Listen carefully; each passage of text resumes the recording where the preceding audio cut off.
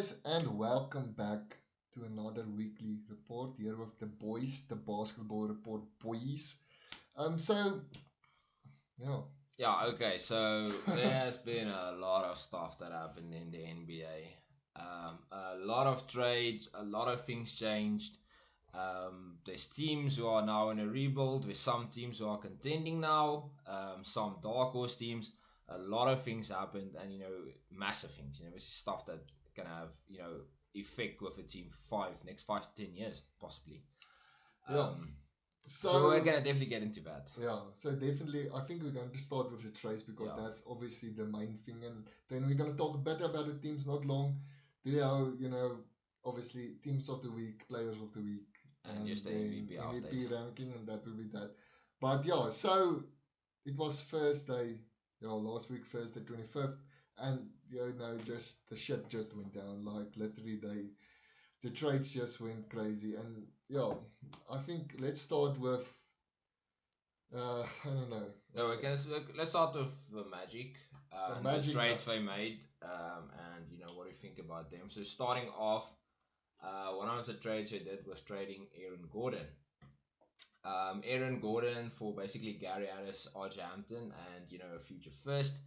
And to be honest, I love this trade. Uh, Yeah, definitely. I love it. For the Nuggets, they get a player who can do a bit of everything. Aaron Gordon can score a little, he can defend a little, he can rebound a little. He can shoot basically from anywhere. I would say Aaron Gordon, apart from dunking, is a jack of all trades but master of none. Yeah, And that's exactly what the Nuggets needed. Just another. They already have actually, their just scorers. yeah, They have their playmakers. just to put them over that edge. That now we're competitive. I think I think that's they I think they were contender, but I think they just very solidified yeah themselves now as a contender, especially with all the injuries in the West. And for the Nuggets, I'm not fan of the Magic. They get Gary Harris, who's still young-ish. Obviously, Gary Harris' career started on a high, and he just completely fell off. But the big thing here is getting RJ Hampton, getting a young player. RJ Hampton, does he have a lot of potential? Is not sure yet. I mean, he did well in the Australian League. He also played with LaMelo Ball there. And, solid player, dropped down in the draft ranks. But, for the Magic, getting a player, rookie, that's what they want. yeah. And then moving on, the Nuggets also trade Evan Fournier to the Celtics. Um, Like the Magic, not the Nuggets. yeah, not the Nuggets. So yeah, Evan Fournier went to Celtics. I think it's actually quite a good trade. It helps the Celtics out a lot, especially with the fact that Kemba has been struggling. A lot. And he really Celtics didn't have to give up much. uh, Apart from the picks, they got Jeff Teague, which they already waived. no, that's not even. Um, Yeah. I think for the Magic, yeah, the big thing about Fournier wasn't the potential players they were going to get, but the potential cap space that's opening up. Yeah. Which it's appealing when you have a lot of young players. If you have cap space open, not only can you give those young players extensions, but also it creates that opportunity to actually sign players. And I think Orlando is a big market destination. It's Florida. Definitely. It's an attractive place to go. So I think not going to get too much into this, but for the Celtics, getting a little bit more depth. I don't think this is something that is going to change this season. They're still going to be inconsistent. Now what, seventh, fourth? I don't know. Yeah, They're seventh, almost out of eighth. the playoffs. They're struggling a lot. But I think Fournier helps. Yeah. Helps a lot. Then let's go to the Yeah. big trade actually from Magic is Vucevic. Yes, Vucevic to traded the really Bulls. really put everything It actually started in motion. In motion. So they traded to the Bulls, and we talked about this. This is an excellent trade to go to the Bulls. The Bulls. This is going to step them up. I love this trade because I think for both teams it's a win-win. For the Magic, they've been subpar for quite a while now. And obviously, Vucevic was the guy that kept them in the playoffs. And now sending Vucevic to the Bulls, playing with Zach LaVine, you also still have Larry Markkinen. And they didn't have to give too much. Wendell Carter Jr. was a big piece for them. I know they liked him, and he was a good fit. But I think for the Magic as well, getting him helps a lot, and especially the picks as well. Maybe down in the future, this picks might hurt the Bulls because now they have to be a little bit more. I wouldn't say protective of where they send their picks, but giving away two firsts, not ideal. But yeah. for Vucevic, I mean Vucevic is 30 years of age. He still has, I think, 2 or 3 years left on his contract. He's also on a very good contract for the type of player that he is. I think he's making 25 million, obviously an all-star. So, this trade, I wouldn't say it makes them a contender, but definitely a dark horse to watch out for. And maybe, going next season. Next season, definitely. I think the only issue for the Bulls now is defense. Yeah, the offensive side is good, but defensively, oof. Yeah, bit of a struggle. Bit of a struggle. Then let's do. Okay, I think let's do the Victor Oladipo trade because it's a bit of an elephant. What the? What? Why? Like, it doesn't even make sense. Like, let's be honest. Victor Oladipo, he has quite value. He's got value. The only thing that hurts his value at this stage is the fact that he's an unrestricted free agent after the season. That's all. But all things considered, he's still an all-star and still a fantastic two-way guard. So the only team that got that the winner of this trade is the Heat, obviously. Like, the Rockets. The Rockets just that they just did nothing. I literally got nothing, and 2022 draft pick swap. We got a pick swap. Avery Bradley, useless. Kelly Olynyk, apart from being a good player that can stretch the floor for your bench. Nothing else. I mean, look, I don't want to hate on this, but the Rockets fucked up here because Victor Oladipo was a big part of the James Harden trade. Yeah. A guy who's currently top 5 in the league, who's been a top 5 player in the league for quite a while now. And the whole part of this was Karis LeVert going to the Pacers, and then Oladipo going to the Rockets, and obviously Harden going to the Nets. So he was a big part of that trade. So basically they decided to trade away James Harden for Avery Bradley and Kelly Olynyk, if you want to look at it from that perspective. Yeah. So we thought the Rockets are going to give Victor Oladipo an offer, for next season. Even if he said no. But they already traded him for nothing. So if they could just have let him go for nothing. Yeah, literally. Because now they still have to have Olynyk and Avery Bradley on their books, taking up a cap space. What the fuck? And I don't know if they're on expiring contracts. I don't think they. I think they are. I'm not 100% sure because now Avery Bradley has been jumping around. But the main thing here for the Heat is getting Oladipo, and apart from getting Oladipo, they also got money of Bialicha from the Kings, and I think that's a trade everyone's been overlooking. And I think that's also a fantastic piece because, now when you're resting Bam, you can put in Bialicha and he can do the same thing in parts of stretching the floor, not necessarily defensively, but stretching the floor as well. So, the Heat definitely a dark horse this season. I know they've been on a bad streak now, but they're going to be a very difficult team to beat in the playoffs. No, they showed it last season. And now, And now they arguably have a better roster than last putting Oladipo and Bialicha. I mean, the only thing that hurts them in comparison to last season is Jay Crowder, who gave them a lot of defense and 3-point shooting. But they still got Dragic, they still got Nunn, they still got Hero. Now they have Oladipo, they still have Bam, they still have Jimmy Butler, and now getting Bialicha as well. Yeah. Fantastic trade for them. And it'll be interesting to see what Oladipo does, if he's going to sign or just leave. Either way, the Heat won't lose much because they didn't give up a lot of assets. Then we can talk about also almost the same situation is the Hawks. Yeah, the Hawks the Clippers trading. Don't know what happened there, but obviously the Hawks won this trade. Like, no disrespect to Rondo, but Lou Williams is a much better player, and also, they get picks as well. Yeah, which is just Lou Williams absurd.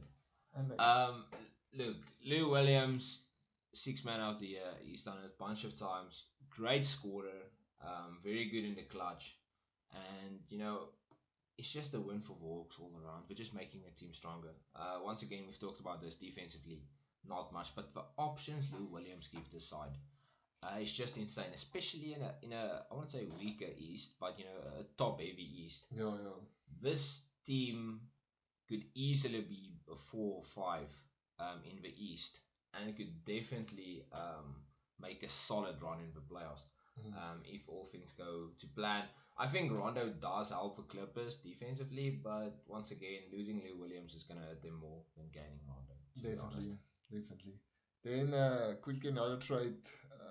Yeah, let's talk about the JJ Redick going to Mavs, which I also think actually quite a I think it's a very good. trade for them.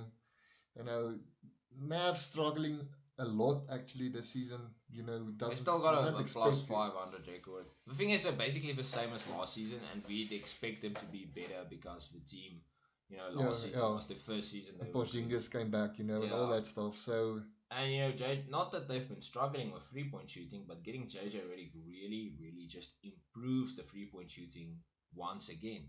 I think the Mavericks still need another playmaker, yeah, apart from Luka. If they can get another point guard who can play make, I think they would definitely put them in the contender category. And also getting Melee, nothing serious, but once again, he's also a big, he can stretch the floor, and that's what the Maverick wants. The Maverick wants spacing, for one shooting, yeah, they have it. And just getting a few extra options really help them. For the Pelicans, not much. They're getting rid of JJ Redick, which is something that they wanted to do. So, I yeah. don't think it's helped the Pelicans a lot. There's not much value in this trade apart from Yeah, JJ Redick. then I think that's almost all the Yeah, it's also most of the big major. trades when you can get into the JaVale McGee went to the Nuggets, which is, JaVale McGee, yeah, I'm not gonna make too much too about much that. about that. Also, a lot of trades are just getting picks and stuff. Yeah, Thunder also it's got picks just, again. picks and all that stuff. But yeah, There were let's, some buyouts and some waves, and a big one I would say is the Aldridge and Drummond. yeah, now we heard today that Drummond signed with Of the the Lakers, yeah, Lakers for officially. I mean, it's been going around, but today it officially Now if happened. you have listened to about the whole month we have talked about this, and we didn't think it would happen, but it happened. Drummond personally, I think it was a stupid signing because he gets like what 500 Yeah, thousand for this year. That's for the for contract. for him. He's definitely I mean, he's not even making $1 million, yeah, and he could have made 27 million. I know it's not about the money, um, but here's the thing now, which you which will always undersell come back. I himself. mean, do you want to sell out yourself with money or sell out yourself with a ring? And this also almost feels like it's just ring chasing at this moment. Look, I mean, I think this is a panic buy. And I think Definitely, in Drummond's mind, the Lakers told him, yeah, but when AD and LeBron is back, we're going we're to gonna start win a you. ring. I don't think he's going to be a big piece going forward. To be honest, I think this is just something, they did to, um, calm the storm. Yeah. They've been Definitely, struggling with those two guys definitely. out. So getting Drummond would help them calm the storm. I think we were literally scared that they're going to miss the playoffs, to be honest with you. Yeah. I think we were so scared that they're going to miss the playoffs. And when time LeBron and AD's back, we're not going to be in the playoffs. So I think Drummond does help them, but I think this is a short-term thing. They don't have the cap space to sign him next season again. So he's probably just going to leave and there's free agency anyway. There's a lot of teams that actually could benefit from getting Diamond. Yeah, I mean, there's a lot of teams who need some paint defense, who need some rebounding, who has been struggling. A lot of teams that just need that extra piece to be contenders. With AD in the spot, you're always going to be a contender. But I think also the main problem here is Drummond is just going to block that paint for you because AD wants to be in the paint. LeBron wants to go through the paint, so that paint is going to be so congested. It's going to hurt the team more because now what's going to happen is they have to kind of shoot from the arc, shoot from 3 point, and their 3 point shooting isn't good. Even if they play Harold can't stretch the floor. Schroeder has been a on and off 3 point shooter his whole career, and let's be frank here, LeBron James has never been a good 3 point shooter. They also traded Danny Green, which was the only decent 3 point shooter. So at this stage, they're making making Alex Caruso their main 3-point shooter. which is shocking. Okay, so let's quickly go. Other trade, Aldridge also, I think, a buyout. Not, Yeah, it was a buyout. buyout, and he went to the Nets for fucking whatever reason. I don't know why the Nets signed him. The Nets have, I don't know. I think this hurts them a Yeah, lot more than it helps them, because now they have another player on the roster who's been an all-star, and it's just gonna be an ego thing. It's gonna be a personality thing. There's gonna be a clash, and I mean Steve Nash is when is a KD good comes one. back, he wants to play Kyrie and James Harden. Now what do they do? We also still have to sit with Blake, who Blake was we're going to play him off the bench as a stretch big option, but now we also still have the Andre Jordan. So who you going to play at center? Who's you going to play at power forward? I mean, that's the issue here. None of these guys are want to come off the bench. It's like a Clipper situation, Back again, Lob City, Yeah, so we see we don't actually have anything to say about this. We will have to see what happens in the future. Yeah. It's all, we will see. I don't know. This is bigger on the Spurs than it is on the Nets, I would say. Because now for the Spurs, we're officially hit that button. Yeah, in a rebuild. Yeah. After this season, DeRozan is hitting free agency. We're not going to re-sign him. So the rebuild has begun, should have begun later.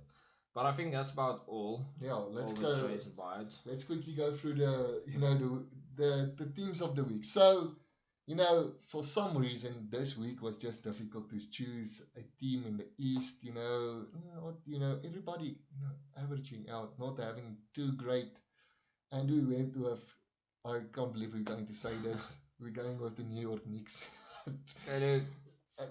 3-game winning streak, currently fourth. Which is quite good, Fourth in the East. I mean, at this stage, if they're going to stay at this, they're missing out on the big three. And I think the thing in the East, apart from Philly, Nets, and Bucks, the rest of the teams, they want that fourth spot. Yeah. Because whoever gets 4 and 5 is getting past the first round. If you're going to be from 6 to 8, you're not getting past the first round. I'm sorry. There's no way that you're going to beat one of those teams. Yeah, definitely. And it also makes it easier. So fourth is your prime position at the moment for the teams. You want to be fourth. Yeah, so we gave them to him just because they have the best win at the moment. Best winning streak. They won the Bucks, which is quite a big win. And they're fourth. I don't actually know what to say more about that. They've been good. The fits well. Do I think they're contender? Obviously not. But they had a good week. Now, if they can build on this week, I don't think we're going to catch the Bucks. A bit far behind from the Bucks, about 5-6 games, which is quite a lot. But they've set themselves in, and I just have to stay there because if you lose 2 games in the East, you can literally drop back to 11. So they need some consistency as well. Yeah. And then for our player in the East, we went with Tobias Harris just because he's just been, stepping up. He's been carrying Philadelphia. Let's be honest, yeah. When Joel got injured, you also had that feeling that, this might be an opportunity for the Knicks and the Bucks to sneak ahead of them. But to be honest with you, it just hasn't happened yet. We're still first. Still got an 8-2 record, which is just fantastic. Home record 19-4. And Tobias, his stats hasn't been, all-star MVP caliber by any means, but he's just been very, very good, very efficient, and he's been scoring. Yeah, and he's been scoring when needed. Yeah. That's how Tobias Harris is. Yeah. Basically his whole career. He's almost an all-star, but just a great role player. Great role player. So that is the East. In the West, again, shit show. Don't know what actually is going on. Really difficult. And also, I can't believe you're going to say this. It's the Clippers. They're on a 5-game winning streak and actually quite doing well. They struggled. And all of a sudden, they just pick things up. And now, they're ahead of the Lakers for first time in quite a while. Only a few games behind the Suns. So if they can finish second, starting to be really competitive at the top here. You see the Utah Jazz was way, now you can say till about 4 games, then so the Utah should, I don't know if the Utah's going to finish first. That's the thing. It's Yeah, difficult to say at this moment. But the Clippers can definitely eye second now. definitely. And if they are second, then they can easily make the conference finals. Because at this stage, 8 and 7 is Spurs and Mavericks. I mean, Mavericks is going to be a difficult one, but if they are second, they're going to play Spurs. The Spurs just left Aldridge, They so have that would be nothing left. It's gonna be a easy game. sweep. Let's be honest here. Yeah, But if the Spurs can stay there, that's the other thing. but the other thing is, just wanna say, are the Clippers going to win the championship? No, they're probably chokers, not. so highly unlikely. But yeah, and then our player for the West, between Zion and Fox, we discussed it and we decided to give it to Fox because just better stats, better, The actually. Kings are on a 4-game winning streak. We could have give them, team of the week, but we decided to go with the Clippers because all of the games they played this week was playoff teams. So tough. So it was tough, but the Kings, I thought they were down and out, and all of a sudden they're on the necks of the Golden State Warriors. So if they can surpass the Golden State Warriors, they're literally a game behind the Warriors. Actually blew them out this week. No, like blowout. So Like destroyed. I'm not saying the Kings are playoff bound, but seeing as the Spurs parted ways with Aldridge, the Golden State Warriors are still without Curry. The spots are there between the Kings and the Grizzlies. It's still open, and maybe a dark horse for the playoff as well. Pelicans.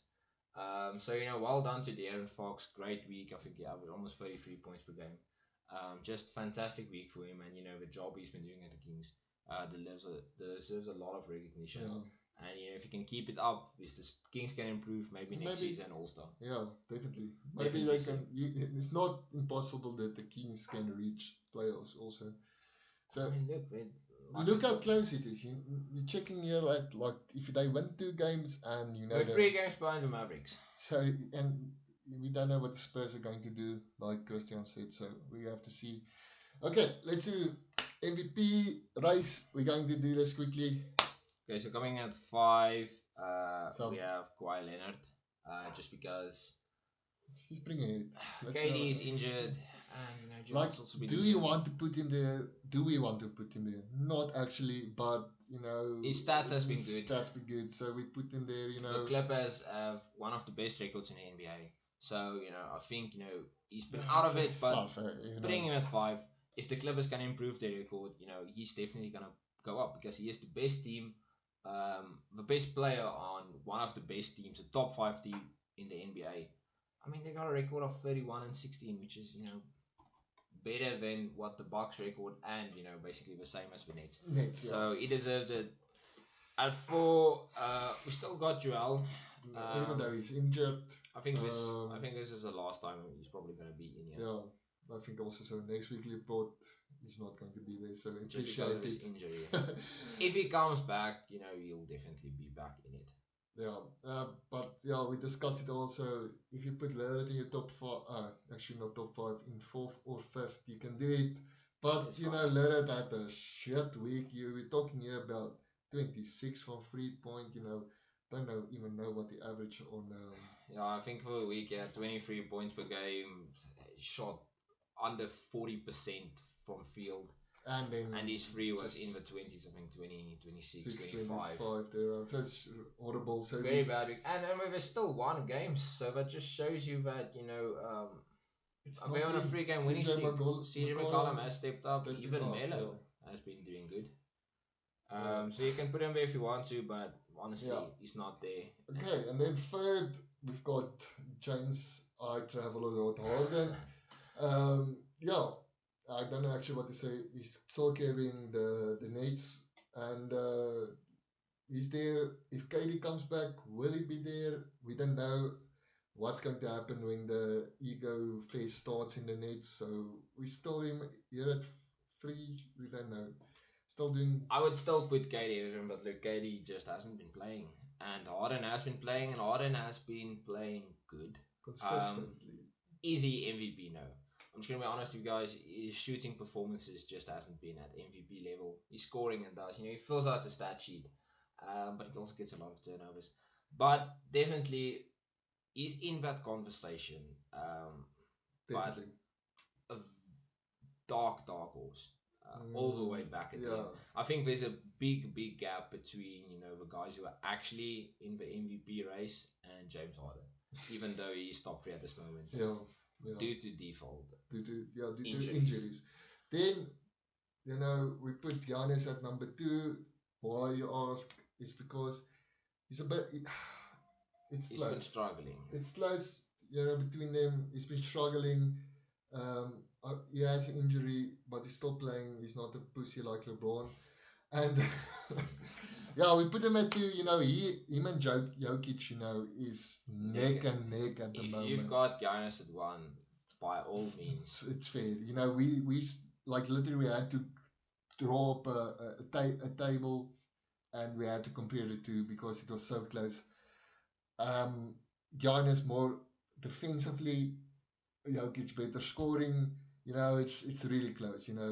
But difficult players to compare. Difficult, yeah. It's two different, two different kinds of how the playing styles and all that. everything. So yeah, Giannis second, Jokic first. If you switch those two, by all means. But those are definitely the two in the league at the moment at the top.